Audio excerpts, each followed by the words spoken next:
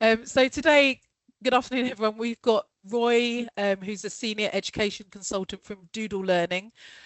He's going to provide an overview of Doodle to support maths, English, and spelling.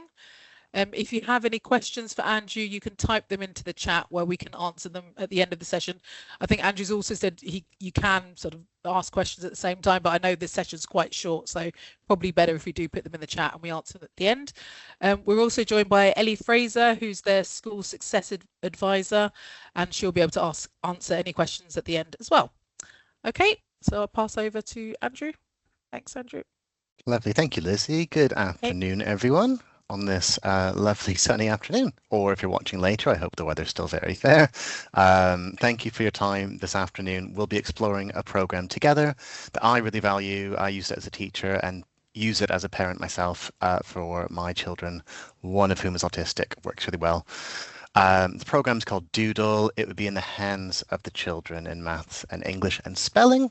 So I'll get on to that in a minute. But just quickly, so myself, I was a teacher for 11 years in Bath, which is where Doodle was founded and is still based. Loads of teachers like myself on the team. Ellie, do you want to introduce yourself as well, what you do? Yep, so I'm Ellie, also a former teacher. So I'm then on the support side. So I actually look after the CENMAC subscriptions to basically help all of our teachers really get the most out of Doodle, essentially. And I'm just basically on hand for any questions and support that's needed. And if you do have a burning question during the session, you don't want to wait to the end, pop it in the chat. Ellie might be able to type something back or send you a link. But otherwise, we will field questions at the end. And I know that people watching the recording might not see the chat, so we can read out the questions that are in there as well at the end. So what I'll do today, I'll do a quick introduction of what Doodle is, sort of a high-level overview for a minute or two, and then the most chunk of our time will be zoomed in on the children's actual program, what that looks like, how you can support children using Doodle, how you can get the most out of it. And then look at a few quotes from children, families, look at some evidence of impact, and then a quick touch of the teacher data and what you can do as a member of staff using Doodle to support your child or children who might have it. So some of you might be using Doodle, some of you might be wondering if this is something that is relevant for you. So either way, I'll try to make the session relevant for all parties. So share my screen here. I've got the red box on the outline of my screen, so I assume you can see what I'm sharing. There are 4 Doodle programs. Now, a child could be using just one, or it's quick and easy and familiar to use all 4 or 2 of them. So there's a maths, an English, a spelling, and a tables. Math's been around the longest, maybe 12 years or so now. English and spell the last 10 years. Very active programs. We've got other teachers as well, more techie, no offense, Ellie, but more techie than Ellie and I, who are updating the content all the time. And it is a really highly regarded program as it is. It's #1 ranked program by UK teachers in maths and English and adaptive learning. So I'll show some evidence of why people believe that. So how does it work? In a nutshell, the programs adapt for where each child is. That's the most important part of what Doodle is and how it works. So they get their maths login, for example, they log in, they do some initial questions, the program identifies where they are, and then from then on, that child gets work at their level. So in addition to everything else you're doing with that learner or your children, Doodle's there alongside that, providing work for the child across the curriculum. As long as the children are in the age range covered. So maths has the biggest range of coverage. It's national curriculum aligned from the beginning of reception to the end of year 9. So I used it as a reception teacher. Both my daughters used it about 6 months before reception. It does start really sort of child friendly. There's listen features and all sorts of things to make it accessible. English and spell, same sort of thing, but a slightly smaller range. So they're aligned from year 1 to year 6. Now, what's really key is it doesn't matter where a learner's working, whether they're below, at age-related expectations, above in some areas, or, as we find with lots of SEN learners, if they've got quite spiky profiles, it's absolutely fine. The program will pick up on that, and that child will get work at their level. And when I log in a minute to show you, it looks the same for every child, no matter what level they're working at. So it doesn't look babyish if they're working years below. Tables, a bit different. Children can jump in and choose a table. They do get progressively harder as you go through. So quick 30 seconds looking at how Doodle works, and then I'll log in as a child. So you may have guessed, I think I hinted, there's an initial baseline assessment between 10 to 50 questions long. It's child friendly. A child can just skip questions if they need to. It can jump forwards or backwards in difficulty in years quite quickly. Or, okay, this learner's mostly around year 2, year 3. Have they got this? Have they got that across the curriculum? Once they've done that, you get robust data that pulls through. So you get that snapshot of where the learner is across the curriculum. And then Doodle's using that to inform its next steps. So the child then is on step 2 for the rest of their journey. So when I log in, you'll see that they then have automatic work. So that is a mixture of activities. One less common one is a new topic. So Doodle's identified, okay, their next gap might be this one. So they get that as a topic with a lesson built in for support. But the other main activity type is mixed questions for that child based on what they've been doing. So really building up the fluency, slowly moving a child on if they're ready for more tricky questions on that topic, or if they're finding something hard, adjusting within that topic to stay on easier questions. So all that's automatic, but also I'll show you, if you wish, you can set topics of your choice as well. And then you get even more data that pulls through. I won't have time to dive into all the programs, but just an example screenshot from each of the 4 programs: spell, tables, English, and maths. Really key for me is every single spell and English and maths question. Usually children are doing them just independently and quickly, but if they need to, they can always refer to the lesson. So every single question has a lesson that children can dive into, interact with, read, or listen to as well. So what I'll do is I'll log in as a child, show you the programs here. You can use different devices. So I'm on, a laptop, PC, Chromebook. You would just go to the browser version. So Edge or Chrome, for example. And then schools might tend to bookmark this page. Or on tablets, like iPads and others as well, or phones. You would download the free apps. They look the exact same as what you see here. So my daughters are doodling all the time. They use our cheap Amazon tablet or my phone. It looks the exact same as what you see here. So I've logged in as Meg. This is the maths program. My daughter Meg is in year 1. I'm going to manipulate her program a bit here as I enter some questions correctly or incorrectly. She probably won't notice the difference. So this is her established program. She's been using it since before reception. So almost 2 years now. And it's just grown with her. So it knows where she is now. And the main activity is this orange one, which she can do today. 6 questions. On the left is her history. So yesterday she did it. It took 2 minutes. Often it's quicker than that. And then every 7 or 8 of those orange activities, Doodle gives a green one. And that's the new topic. Really key is it never tells children the year that topic is from. So they're happily working at their level. They get the name of the topic, but they don't see, for example, if it's in a different year group than their age. So I'll jump into Meg's 6 a day. It's going to use a question or 2 from each of her recent new topics. So nothing here is out of the blue. It's all based on what she's been doing. If she's been getting them right, Doodle behind the scenes, the algorithm, not AI, the algorithm is spotting, okay, she can do that. Let's move her on to the next one. Or if she's finding things tricky, it'll revisit ones and stay on easier ones. So if she knows what to do, that's great. So it's 2 questions here on her most recent new topic. If she's stuck, however, she can listen to it. You've got things like a magnifying glass, jotting pen. But really key are the inbuilt help features. Firstly, you've got a hint. You can listen to it, or in the case of Meg, she has everything just read out automatically. But I've muted this for the presentation for now. So the hint's often enough. If not, we can revisit the lesson.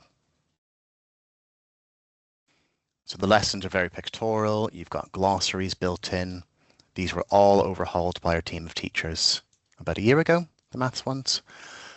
So they refer back to previous learning and then they move on to the new topic. And since she's done this before, she can fly through and find info that might help her. And if she knows what to do, that's great, can answer it. However, here's where I'm manipulating it. Because we pressed help, that exact same question and easier questions will come to Meg on that topic. Or if we're getting them all right, we will move on to harder ones on that topic. So the week before, this was Megan's topic. So it might look like the questions are jumping around a bit, but it's all based on what she's been doing, moving on to new questions. So each question has a different hint, a different lesson.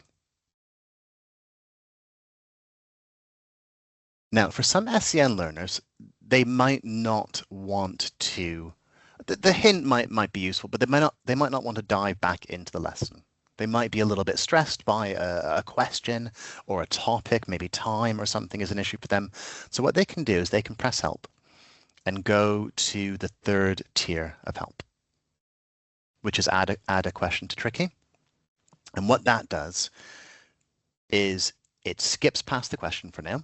It parks it for as long as needed. So that it skipped past it here. You see on the bottom left. That could be parked for minutes or days or weeks until they either have the confidence to try it themselves or to bring that to a grown-up or a peer to get help with that. So we actually wouldn't want to help. Oops, talking away, modeling Ellie. What happens if you get a question wrong? Of course. Right, fix that one. I got the star. You'll see it doesn't give the star because I don't want children just to guess. Pairs 4, 2, 4, 6, 8, 9. Oh, what am I doing here? How many fewer pairs? I typed in 9. Goodness me, talking and trying to. This is why I did Megan's year 1 work. I thought my daughter Hazel in year 4 would be too hard, so I thought I'd stick with the year 1. I'm still getting it wrong. It's perfect. 2, 4, 6, 8, 9, and so that will be 5. So we're going to go back, fix a couple of those. Actually, we'll just collect our stars. So you see we got 3 out of 6. You could go back, some children like doing that, just to fix the ones that you want to fix at that time. Or in this case, we'll collect our 3. So those stars go in our weekly sort of rolling target. That's now shifted left. We've done that. We could be done for the day. So it could just be a little and often, or a new one's popped up. So you could have a half-hour session.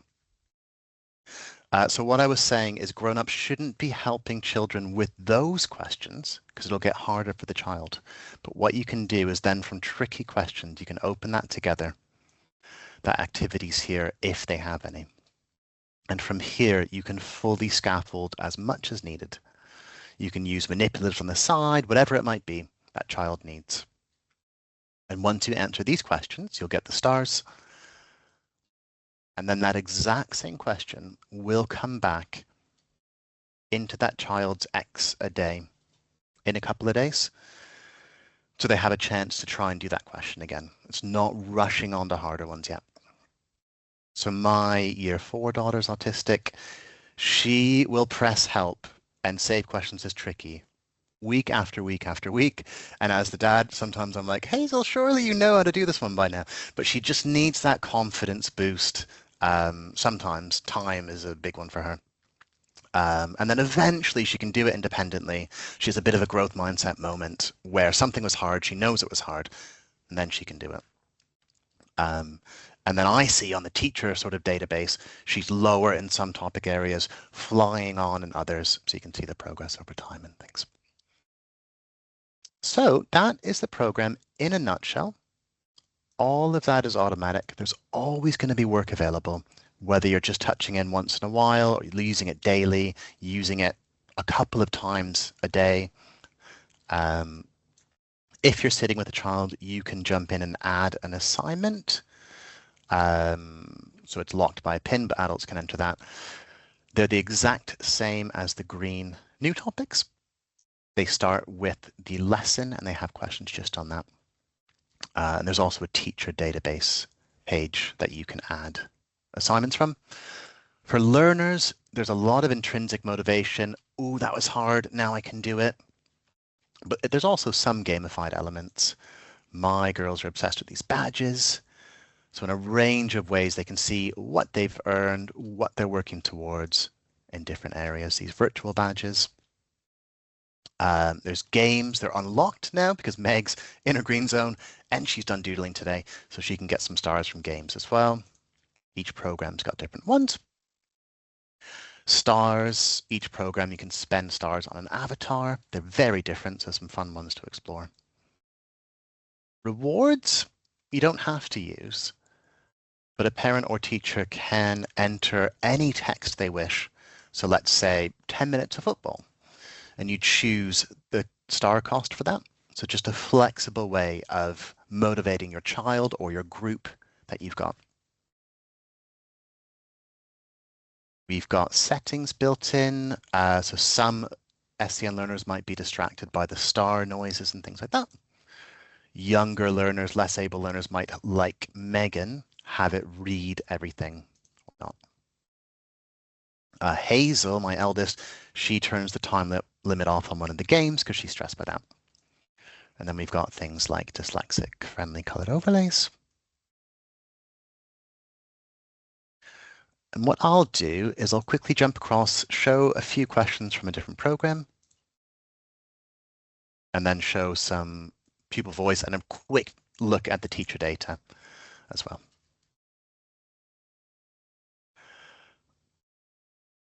So that switching between programs, really helpful. The children don't have to log in again. They just press a button and they jump across. Something the tech team came out with. So same sort of thing here in English as maths. The orange is mixed questions.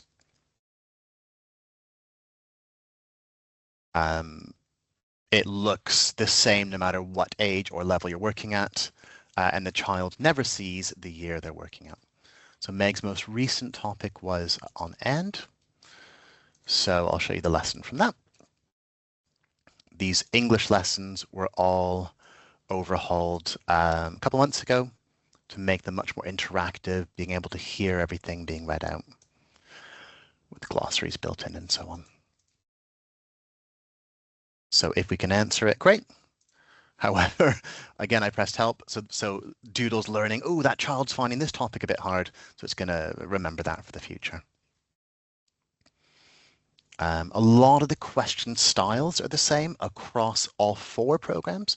So children get used to the question styles. That's not a blocker. So they'll have this question style in maths, in spelling, and so on. In the nature of time, I'll exit this.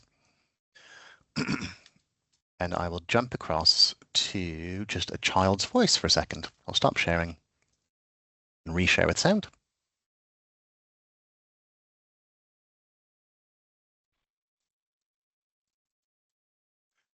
So that we can hear someone different than me for a minute.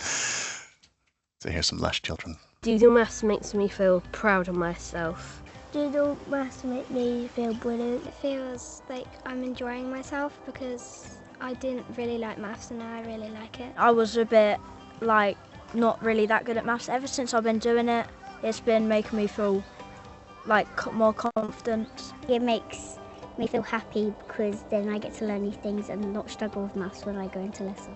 Well, at first I thought maths was really boring, but since I found out that Doodle maths is a thing, you're technically doing maths, but just in more of a funner way. Lovely. We popped a couple of quotes together as well. These are from some SEN learners. So if I make it full screen, a bit easier to see for you.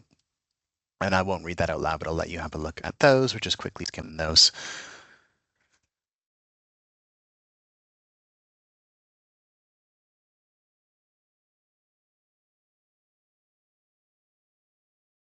Similar sentiment across all three. It is academic, but the children love it. And that's something that we just hear time and time again. So really key, the children do have to enjoy what they're doing or else they're not going to want to spend time on it. There's a range of motivation built in. We've got at the minute, for example, a spring challenge. So running over April, if children get a certain number of stars in that time, in maths and English, they get virtual badges in their program, but also physical badges. So that's all included for them. We post those out. So my girls have a collection. They're absolutely lush. So things like that throughout the year, keeping it fresh as well. Really quickly, look at some teacher data. So if you wish, you can muscle in assignments from the teacher dashboard in maths or English or spelling. You can preview it as the teacher so you can see the lesson. Is this right for my child? So you might be using this if you want to link it to what they've been doing in school, but at an easier level perhaps. And if you're happy with the lesson, you've gone through it, you can set that to your whole class or an individual child, whatever that might be. And then they'd have a new activity type. So they'd always have automatic ones, but they can also have assignments. The range of data, a lot of people like this new page that we've created, baseline. So when they finish their baseline, you can see exactly where each child in your group or class was relative to each other. So this child placed 98% through year 6, Alex partway through year 2. I can dive in further to see where they were, each set of 5 questions, how they answered. So a lot of data there that you could use. Most schools find the understanding data maybe the most useful. So Megan, for example, real life child data here. I'm on maths, same in English and spell. I can expand, let's say, year 1 measure to see where she was on the left when she last did her baseline, and on the right where she is currently. So Doodle will have identified the gaps, so it knows that she's not fully got the year 1 fractions. But if we wish, we can use this outside of Doodle, or I can even muscle in an assignment straight from this data, set that to Megan. There. You can export this data, you can save snapshots in time. You can also see progress over time. I won't spend ages on this, but you can play around with the numbers and end of your objectives or an age standardized score. You can also view effort more if they're using it at home. You can look at that and celebrate. Well done, Megan. You've doodled every day this week. You're in the green zone. Keep it up. So yeah, lots of things that we do support with. Ellie helps with those sort of strategies to help get the most out of it. But I will pause there to see if there's any questions at this time. Thank you, Andrew. That was really, really great. Yes, anybody got any questions they'd like to ask? I don't think there's anything in the chat currently, so let me just check a minute.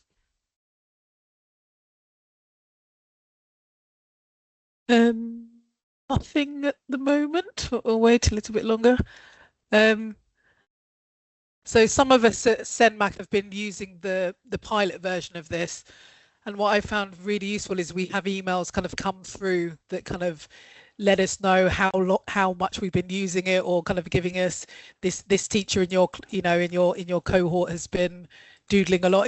So it seems like a nice kind of community. That's what I've noticed has been quite good about it. Is there anything else? No one else coming through? No, there was one question I had. There was a section that said friends, and I haven't explored that yet. What does that section mean? So friends is an optional thing that the organization, the group, the school, or if it's a parent subscription, the parent can toggle on or off. It's totally safe. There's no private messaging or anything like that. And there's a few different tiers, but basically you can like people's achievements. So-and-so got a 10-day streak.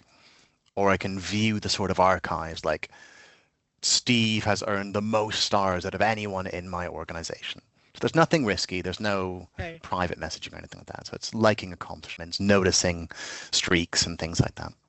Ellie, have I missed anything with the friends? Just that they can only see other students in the same class as them as well. So I know with CENMAC in particular, using it across different schools, if you create a class which is just that school, they would only be able to see other children that they do actually know, rather than random children that they've never met before. Okay, that's really helpful. I'll just Nothing else from anyone? Yeah, do interrupt if you've got anything to say. I just wanted to quickly flash up. There's a lot of evidence of impact. I won't dive into this, but if you'd like us to send you anything through, lots of studies have shown that small amounts of doodling do make a difference. But as we said, really importantly is that learners do like it. EdTech Impact Portal verified UK teachers rank EdTech in different ways, and Doodle, as I said, was #1 in adaptive learning and in maths and in English. We're really proud of that. And Trustpilot is mostly from parents, to be fair, but really positive as well on Doodle. So it's a lovely little program. I use it as a teacher. I love it at home with my girls. Lots of support either for individuals using it or for wider groups like schools or classes, whatever it might be, provided by our team.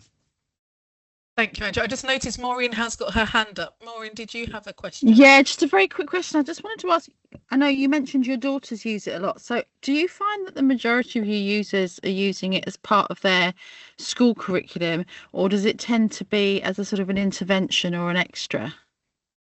Yeah, it's a great question. It's really mixed. So I think historically, a COVID lockdown, a lot of schools had it as a full school. And some schools still have it as a full school homework often solution. More and more schools that have that are using it as a hybrid, homework and in school. But we also work with a range of SEN schools, pupil referral units, just individual families at home who might use Doodle in different ways. So some of our groups or schools use it only with the adults in school or in that setting. Others have it as a bit of a hybrid approach, offering it to families to use at home.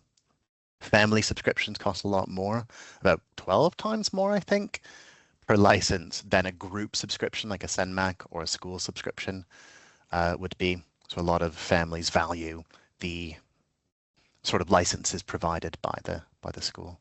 But a really flexible usage. In school, it's used in interventions, early morning work, carousels. Some groups work together doing the same assignment. And that's the sort of stuff that our team, like Ellie, help with. Like, okay, you've been using it for a month. What can we do to get even more out of it? And she can have a meeting with you to help you get the most out of it. Thank you. Thank you, Andrew. If anybody wanted to sort of reach out to you, what's the best way to do that? I know Kay's joined from sort of external, so she might want to get in touch. Have you got an email? Should we put that in the chat or something? Yeah, I can definitely. I mean, doodlelearning.com, there's a green chat icon in the bottom corner. You can always use that, and we would direct you to the right relevant person. But feel free to reach out to any of us. So in the chat, I'll pop mine. It's aroy@discoveryed.com. Aroy without a full stop @discoveryed.com. Ellie's follows the same format, efraser@discoveryed.com. For the CENMAC people, as she said at the beginning, she's supporting the individuals with CENMAC that are using Doodle at their schools. Okay, lovely.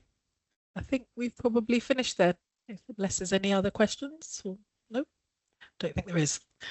Okay, thank you very much, Ellie and Andrew, for joining us today, and thank you everyone for joining. Yes. Goodbye. Lovely. Thank you all. Thank you. See you. Bye.